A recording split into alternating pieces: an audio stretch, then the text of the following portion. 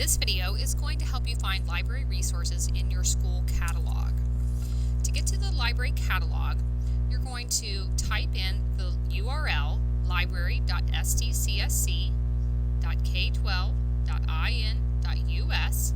You'll put that in the URL bar and that will take you to our catalog, or you can go to either the high school or the middle school webpage, and there is a link to the library in the left rail in black.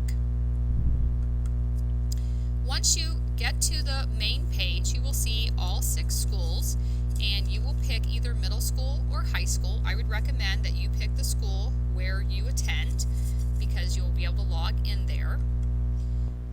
Once you're in, you will be given 3 pages or 3 sections that are important: home, catalog, and login. We're going to look at each one of these separately. On the home page, you will see links to lots of useful resources, as well as book trailers. Occasionally, we'll put newsletters or videos on this page. We are also going to add links to this video and others that will help you with other research and computer things that you would like to learn. On the catalog tab, some features are the top 10. The top 10 just tells you the most popular books at South Dearborn right now. And you can, over here, you'll see the login button, and we'll talk about that in just a moment. As far as searching, the search bar is where you'll type your request. If you can see the location, you can see it's set at South Dearborn Middle School. You can use the drop down to change that to South Dearborn High School. You can also change the material type, so perhaps you may want to check by video or equipment. There is still a capability of searching by AR, but since this is no longer a middle school program, it is fairly limited. You can also search by keyword, title, author, subject, and series. There are a few other areas. Basic search is what we're on. You can also do a more specific search with power, and you can do a browsing search with visual.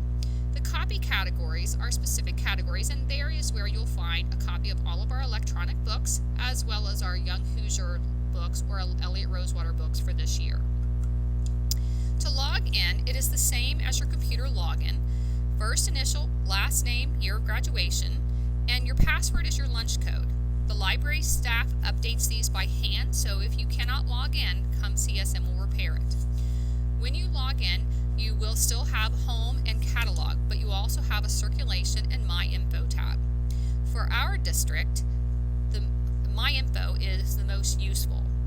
It shows you items out, fines you might have, and anything you might have put on hold. You can also view your history here, and you can remotely renew as long as you have no fines. You can also remotely place holds if you log in as well.